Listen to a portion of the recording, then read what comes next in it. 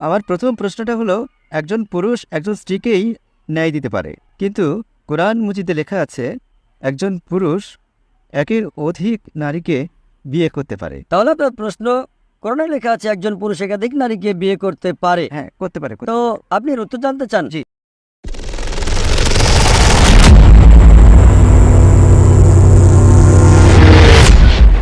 পবিত্র কোরআনে একমাত্র ধর্মগ্রন্থ যাতে লেখা আছে একজন পুরুষ একজন নারীকে বিয়ে করো।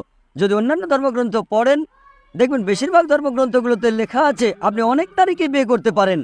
যখন আপনি রামায়ণ পড়বেন, আপনার হিন্দু ধর্মের গ্রন্থ রামায়ণে লেখা আছে শ্রী রামের পিতার কতগুলো স্ত্রী ছিল? কতগুলো ছিল? অনেক। দশরথের কতগুলো স্ত্রী ছিল? কিন্তু এটা ঠিক নয়, ঠিক না। ছিল। আপনাকে জিজ্ঞেস করছি, দশরথের কতজন স্ত্রী ছিল? কতজন ছিল? শুধু 4টি বউ ছিল। কয়জন? 4টা। 4 জন ছিল। আপনি বললেন আমিও মানলাম ওনার 3 জন বউ ছিল। রামায়ণে এটা লেখা নেই যে শ্রীরামের পিতা পাপ করেছেন, লেখা আছে? লেখা নেই।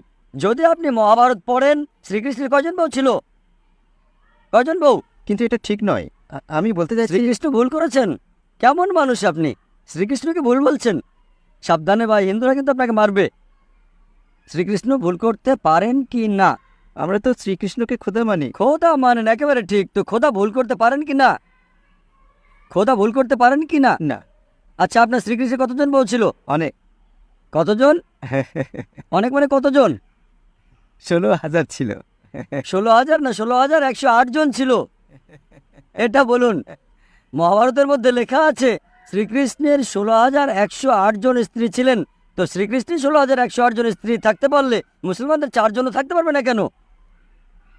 আপনি যখন বাইবেল পড়বেন, বাইবেলে লেখা আছে সুলাইমান আলাইহিসসালামের 700 জন স্ত্রী ছিলেন। বাইবেল পড়লে দেখবেন বাইবেল অনুযায়ী ইব্রাহিম আলাইহিসসালামের 3 জন স্ত্রী ছিলেন। যখন আপনি অন্যান্য ধর্মগ্রন্থ পড়বেন, হিন্দু ধর্মে, খ্রিস্টান ধর্মে, ইহুদি ধর্মে আপনি অনেক বিয়ে করতে পারেন, অনেক বউ রাখতে পারেন। কিন্তু কোরআনে লেখা আছে সূরা নিসা সূরা নাম্বার 4 আয়াত number 3-এ, Can marry women of your choice in 2, 3 or 4, but if you can't do justice, marry only one. তুমি তোমার পছন্দের নারীদের বিয়ে করতে পারো 2, 3 বা 4 জনকে, কিন্তু যদি তাদের সাথে ন্যায় বিচার করতে না পারো তাহলে শুধুমাত্র একজনকে বিয়ে করো। তাহলে এই বাক্যটি যে শুধুমাত্র একজনকে বিয়ে করো, এটা শুধু কোরআনেই লেখা আছে। হিন্দু ধর্ম অনুযায়ী, খ্রিস্টান ধর্ম অনুযায়ী, ইহুদি ধর্ম অনুযায়ী আপনি ইচ্ছেমতো বিয়ে করতে পারেন। 5টা, 10টা, 1000টা, 16,000 কোনো নির্দেশ নেই। কোরআন অনুযায়ী আপনি বেশি থেকে বেশি হলে 4টা বিয়ে করতে পারেন, কিন্তু যদি স্ত্রীদের সাথে সমান ব্যবহার করতে না পারেন তাহলে শুধুমাত্র একটা। এই আয়াতটা শুধু কোরআনেই আছে। এখন দেখেন কেন ইসলামে একজন পুরুষকে একাধিক বিয়ে করার অনুমতি দেওয়া হয়েছে। সাধারণভাবে মেয়ে আর ছেলে, মেল অ্যান্ড ফিমেল সমান যোগ্যতা নিয়ে জন্মায়, কিন্তু যে কোনো ডাক্তারকে জিজ্ঞেস করতে পারেন, যারা বাচ্চাদের ডাক্তার, শিশুরোগ চিকিৎসক, তারা বলবেন Female child is the stronger sex. যে ফিমেল মেয়ে বাচ্চাটা ছেলে বাচ্চার চেয়ে বেশি শক্তিশালী স্বাস্থ্যগতভাবে হয়। শক্তিশালী মানে রোগ জীবাণুর সাথে লড়াই করার জন্য, অসুখের বিরুদ্ধে লড়াই করার ক্ষেত্রে মেয়ে বাচ্চা ছেলে বাচ্চার তুলনায় খুব ভালোভাবে করতে পারে। সুতরাং শিশুরোগ বিশেষজ্ঞদের মতে ছেলেদের মৃত্যু মেয়েদের চেয়ে বেশি হয়। যখন জীবনে এগিয়ে যায় আমরা দেখি অনেক মানুষ মারা যাচ্ছে অ্যাক্সিডেন্টে, মদের কারণে, ড্রাগ নেওয়ার কারণে। বেশিরভাগই মেয়েদের তুলনায় পুরুষ মারা যায়। বর্তমানে গবেষণা আমাদের বলছে যে বর্তমান মেয়েদের সংখ্যা পুরুষের চেয়ে অনেক বেশি। শুধু নিউ ইয়র্কের ভেতরেই 10 লক্ষেরও বেশি নারী আছে পুরুষের তুলনায়। শুধু ইউএসএতে 7.8 মিলিয়ন ফিমেল, 78 লক্ষ নারী বেশি পুরুষের তুলনায়। শুধু জার্মানিতে আছে 25 লক্ষ নারী পুরুষের তুলনায় বেশি। ইউকেতে শুধু 40 লক্ষ নারী পুরুষের চেয়ে বেশি আছে। রাশিয়াতে 90 লক্ষ নারী পুরুষের চেয়ে বেশি। আল্লাহ সুবহানাহু ওয়া তাআলা জানেন কত লক্ষ নারী, কত কোটি নারী বেশি আছে পুরুষের তুলনায়। শুধু কিছু কিছু দেশে, ভারত আর কিছু অন্যান্য দেশে নারীদের সংখ্যা পুরুষের তুলনায় কম আছে, কেননা ভারতের মধ্যে মেয়ে শিশু হত্যা করা হয়। তামিলনাড়ুর সরকারি হাসপাতালের গণনা অনুযায়ী 10 জন মেয়ে শিশু জন্মালে তার মধ্যে 4 জনকে হত্যা করা হয়। এই নাজায়েজ প্রথা যখন বন্ধ হবে তখন ভারতেও মেয়েদের সংখ্যা পুরুষদের চেয়ে বেশি হয়ে যাবে। আমরা গবেষণার মাধ্যমে জানতে পারি যে পৃথিবীতে পুরুষের তুলনায় কোটি কোটি নারী বেশি আছে। উদাহরণস্বরূপ ধরেন আপনার বোন বা আমার বোন ইউএসএতে আছে।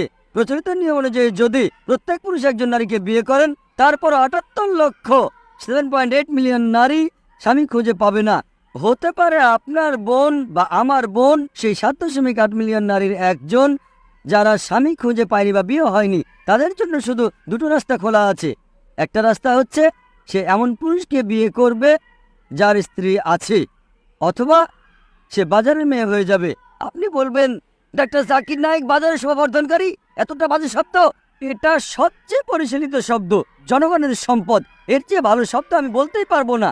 আর যে কোনো ভদ্র মেয়ে বা মহিলা বলবেন, যখন দুটোর মধ্যে বেছে নিতে হবে, আমি পছন্দ করব একজন পুরুষের স্ত্রী হওয়া যার প্রথম স্ত্রী বর্তমানে আছে। এটা বাজারের মেয়ে হওয়ার চেয়ে উত্তম। ইসলামে যখন একজন নারী একজন পুরুষের স্ত্রী হয় যার প্রথম স্ত্রী আছে, দ্বিতীয় স্ত্রী হওয়ার পরও সেই নারীকে সম্মান দেওয়া হয়, তার ইজ্জত থাকে, সে সমস্ত অধিকার লাভ করে। কিন্তু বাজারের মেয়ে, বাজারের শোভাবর্ধনকারিণী কখনো তার অধিকার পায় না, তার কোনো সম্মান থাকে না, ইজ্জত থাকে না। এজন্য ইসলামে কিছু পুরুষকে একের অধিক বিয়ে করার অনুমতি দেওয়া হয়েছে, যেন নারীদের সম্মান এই পৃথিবীতে সব সময় থাকে। আশা করি উত্তরটা পেয়েছেন।